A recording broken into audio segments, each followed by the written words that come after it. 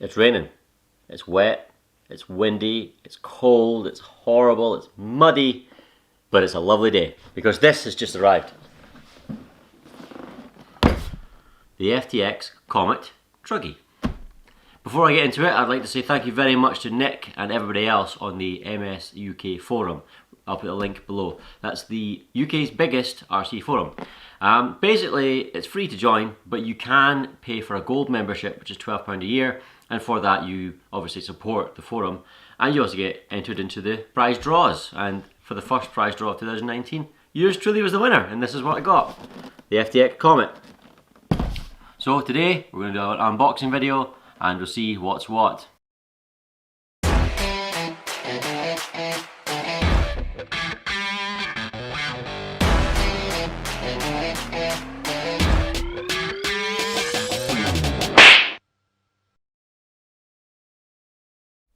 I'll start off by saying there are 4 versions of this.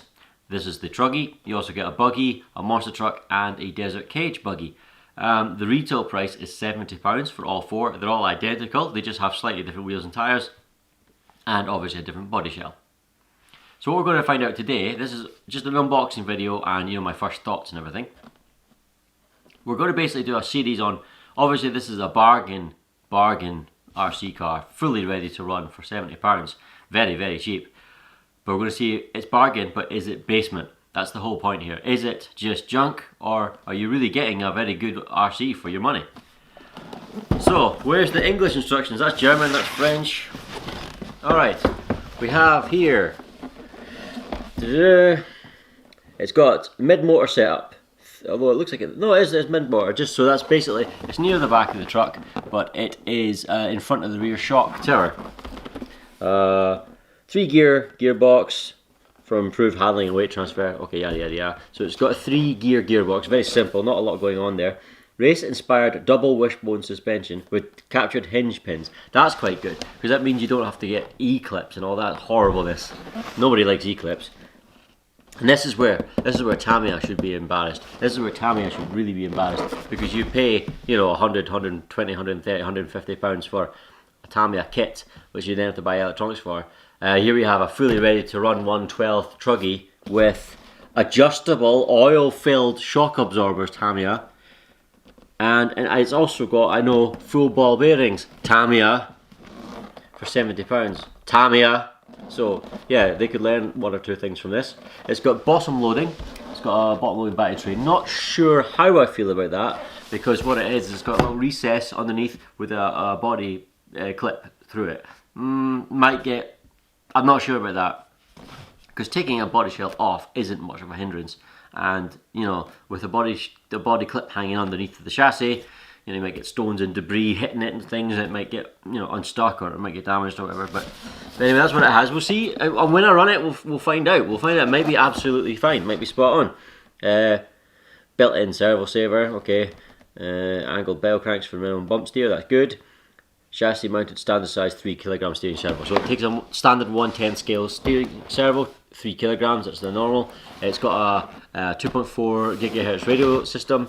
I believe it only needs 2 AA's to run this little transmitter, so very economical. And I think you literally get everything but the 2 AA's in this. They call it a monster Truggy here, or just call it a normal Truggy. So what we've got, unfortunately, 2-in-1 speed controller and receiver. Not too pleased with those. My experiences with those in the past have not been positive, but we'll give it the benefit of the doubt. It is only £70 ready to run. You could do a lot worse if this turns out to be quite a good little truck. 390 sized brushed motor, so it is a smaller sized motor because it is a smaller, lighter truck. It might go absolutely fine. The surge that I was testing before, I believe, remember, if you look, you remember back, I did a "Is it still crap" series, because the surge was excuse me, the surge was terrible, and then I did a got a later version of the surge, and it actually turned out to be really quite good. And I took it to a skate park and ramped it and jumped in it. It survived quite well. That went really, really well for its size. I think it was very similar. It might even be the same motor, so it might be okay. 6.4 volt lithium ion battery with the charger. So it's got a lithium ion battery. It is what it is. It's not Maybe it doesn't physically fit a 7.4 LiPo, possibly. But we'll see. Again, I think the Surge had the same lithium-ion 6.4 volts. Ball bearings, as I said, oil-filled shocks, yep.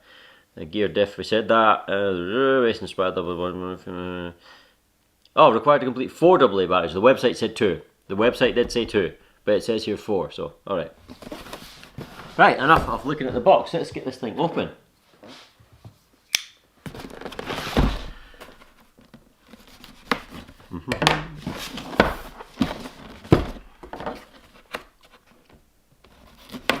Alright.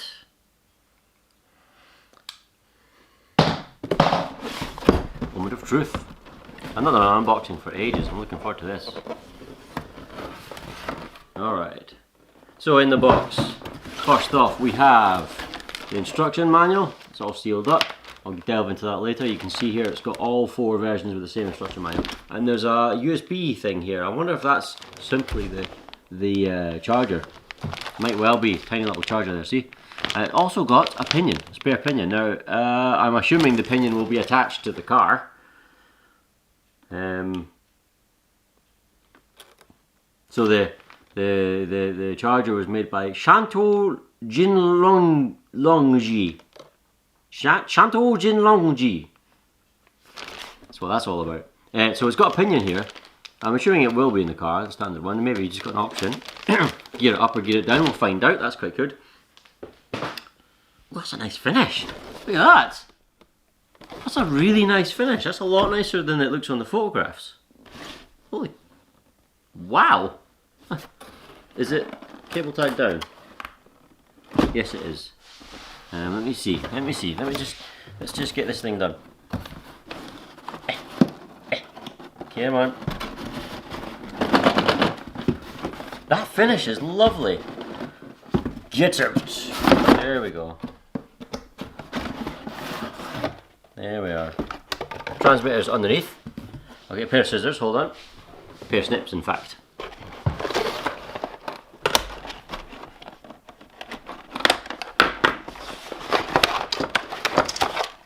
There we are. Look at these. Oh. One cable tight. Where is it? There you go. I think I've pulled the ESC off with it. I'll have to redo the double-sided tape there. It might be my fault there. I don't know if it was loose anyway, but it might be my fault pulling the cable tie out. And the transmitters, actually, we'll look at the transmitters first, then we'll do the exciting thing all in one go. So, here's the transmitter. Very basic, very, very basic. Doesn't look like there's any...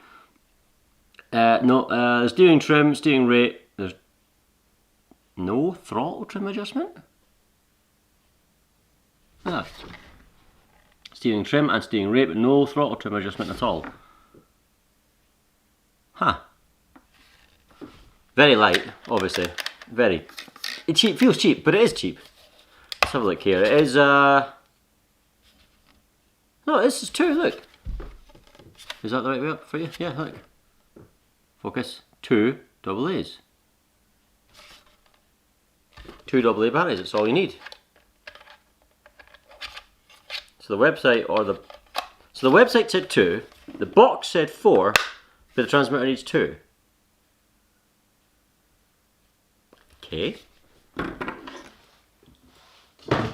Let's have a look at this then. I really love that finish. The colour's lovely. That's a really nice blue. Really nice blue, and it offset well by the sort of fluorescent yellow. I'm really, because I had the thing is about the prize draw in the forum. They usually do a big model, you know, maybe an Ansman, not an Ansman, what they call Arma or something, you know, something slightly more expensive. But what they did this time is they did 4, they did one of each of the 4 versions of the FTX. So rather than one expensive model, they had 4 £70 models. And I won I won first, so I got to pick between the 4, and I chose the Truggy. And I'm quite pleased I chose the Truggy because it looks great. So that's how it worked, and I'm dead pleased with it. It looks great. The finish is really nice on the shell, as I said. I've had FTXs where the finish isn't that great. My Outlaw finish is absolutely dreadful. And some of the batteries are not batteries. Some of the stickers. Why am I saying batteries? Some of the stickers are on upside down on my Outlaw. They really didn't take any care whatsoever. And like the one in the Outlaw has, it's supposed to have one right in the centre of the rear, and it's quite clearly to one side. It's not even close. So not very much care was taken into when it was building my Outlaw. But this is just so much nicer, so much nicer. I really like the look of that. Let's have a look underneath the body shell.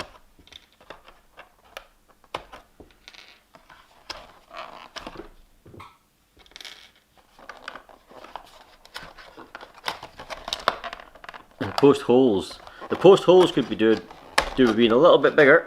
I'll maybe make them slightly bigger because they're a bit. I don't need body pins on this thing. It just won't come off. Yeah, so I'll maybe make these holes a little bit bigger because these are quite fat. And you can see the quite fat body posts there. Yeah, my 2-in-1 speed control and receiver has there's no stickiness to that at all. It's not even remotely sticky. That side is. Right, well anyway, I can redo that, that's no problem. Let's have a look at this. So we've got non-adjustable links, obviously. They're quite pliant. They're not massively pliant, they're not like HPI. HPI have got some really lovely flexible plastics so when you have an accident, they just flex and spring back, they don't snap. This isn't as good as that, but they're not bad. They're on ball connectors, ball joints, so that's good because they can pop off. You know, if it's something screwed in, then really there's nowhere for it to go and it tends to snap. Bumper is, let's have a look here. Yeah, quite pliant, quite pliable, yeah. That's better than the Surge bumper. The Surge bumper had a similar shape, but the Surge bumper had 4 screws down and they would pull through. That's what happened. But this one, what they've done is they've made it have another angle that climbs up again, like a steep angle, and bolts into the shock tower. So there's lots of movement there without screws in the way, anchoring it down. That's quite nice. Yeah, I can see that working really quite well actually. Servo saver. Wow, lots of movement in servo saver. Quite a lot of resistance in this wee servo. I wonder if where's the battery? Is the battery in this? I wonder if there's any power. We'll check it out. We'll put some batteries in the transmitter and then see if there is actually any power in the little lithium ion battery. Obviously I will be doing a proper review and a run. This is just the first episode, first part of it. It's waiting for a signal, so well, it works. That's a good start. Let's get this. Mini Tamiya plugs. Not a big fan, but I suppose it doesn't really matter. There is not a brushless version available. However, there is a brushless motor and ESC available, so you can turn it brushless yourself. Specifically for this car, I mean. So they obviously have faith in the drivetrain. I don't know if it's plastic or nylon or metal gears in the transmission. I've got a suspicion it'll be plastic or nylon, but I don't know that for certain. I'll see if I can find out. Here's the on and off switch.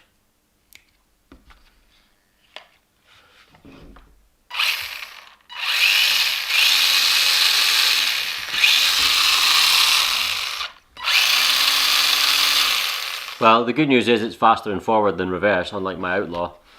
Well, my Outlaw is now brushless, but when it was new it was faster in backwards.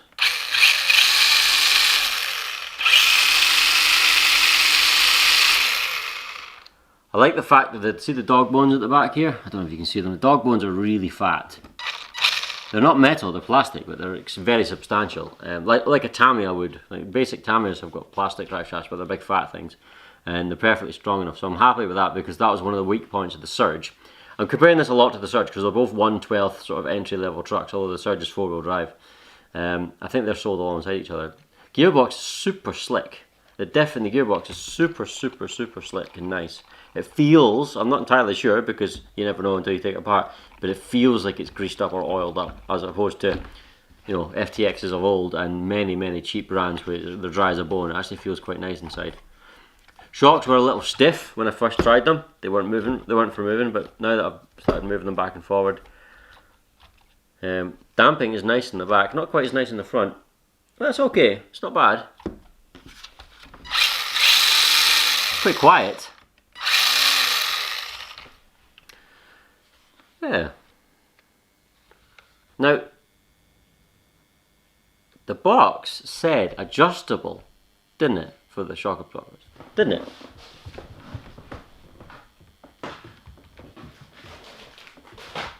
I just remembered there, the box said oil filled shock absorbers there.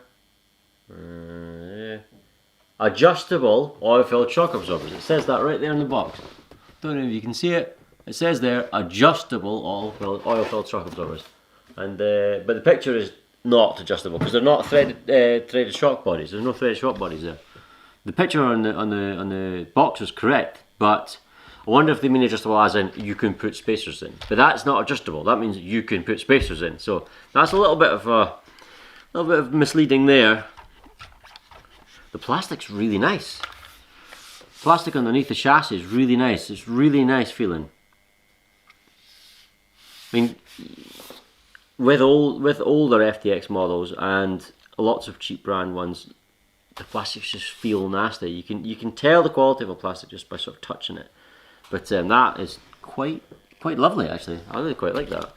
A little bit of flex in it as well. Yeah. Big tough shock towers, front and rear. Back bumper is pretty big, pretty tough. Yeah, I think it'll be alright. I like the wheels and tyres on it. Nice and grippy. Yeah, nice and grippy. It's lightweight, so that 390 size motor shouldn't have any real problems. So as long as the 2-in-1, I wonder if I can stick this down again, rather than, yeah, should be okay. As long as the 2-in-1 system works and continues to work, that's my only concern, because they haven't proven to be reliable with like Matthews, for example, never worked in his Outback, never worked. You know, on the very first run it had already failed. So, but yeah, you can see there on the bottom loading it is recessed. Yeah, the pin is recessed, but it still, it's one of these clips where the body, like these ones, it's got an upturn. See, it's not completely flat. So with this, the upturn means that that part of the pin is actually sitting proud. You might be tempted, and I might be tempted if I can find one, just to put a completely flat and heftier body clip through it, just to try and minimise the risk of any stones damaging that or pulling that pin out, or twigs or branches or whatever. Yeah. You can see that there's lots of drill holes, etc., on this that haven't been used, which I imagine are for the cage buggy, the desert cage buggy. Yeah, not bad. I'm really looking forward to taking this thing out. Let's see if it can hang with the big boys, you know, run it against some of my 110 stuff. Having said that, I can't run it against my Exotech Lossy Mini 8T because that would be a massacre. I can't run it against my Proline Pro MT because that would be a massacre. I can't run it against any of the touring cars on the street because that would be a massacre. It doesn't take much to beat the Outlaw. That will just roll over. It would beat the Outlaw. It would beat the Lunchbox. I wonder if I could keep up with the Mad Rat to a point. The Mad Rat's brushless, or Matthew's FTX Twister buggy. That might be interesting.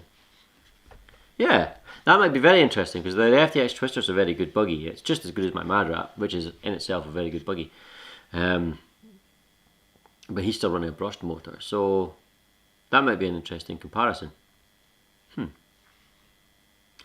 But either way, we're definitely going to do some more stuff with this little FTX. I really like it. As soon as I saw this body shell, I just thought, yes, that looks spectacular. I absolutely love it. I absolutely love it. I think it looks fantastic. It's won me over with the styling of this and the finish of this. I honestly thought, oh yeah, that's very nice. I won a prize. Fantastic. That's really great news. But it'll look and feel a bit cheap and nasty. But it doesn't. It doesn't. That looks great. That looks really good. I really like it. Incidentally, I've just taken the pinion out, the one that was free and loose in the bag. It's a 13 tooth, disappointingly plastic, but looking at the optional extras list, you can get a metal one. The part number says FTX pinion 13/14 teeth. So I'm guessing 2 of them come in the bag for the same part number, and the 14 is in the truck, is what I'm guessing. I'll need to confirm that later on when I take it apart, if I take it apart. But like I said, it's better than the FTX of old, because the FTX Carnage platform, for example, the one that you get the bugs done and the Vantage, etc. on, also did the FTX Hooligan, which was the rally car. I don't know if they still do it, and maybe. But you can tell there wasn't much R&D involved in the Hooligan, because when you put the body shell on, you couldn't put the front pins on at the point that you should, because, like, for example, if this, here's your body post and the shell goes down to that level, you'd obviously put the pin just above the shell. You wouldn't put it up here, for example. But you couldn't put it just above the shell because it would stab straight into the windscreen. So, yes, FTXs of old were, there was a little, yeah, but no, this is looking really quite nice, and I'm dead pleased with it. So please tune in later on when I have a proper go with this little thing and see what it's capable of and what's what. And in the meantime, once again, thank you very much to the MSUK-Forum guys. This is awesome. I'm really pleased with it, and I can't wait to try it out. Okay, that's it. Thank you very much for watching, and take care of yourselves. We'll see you soon. Cheers.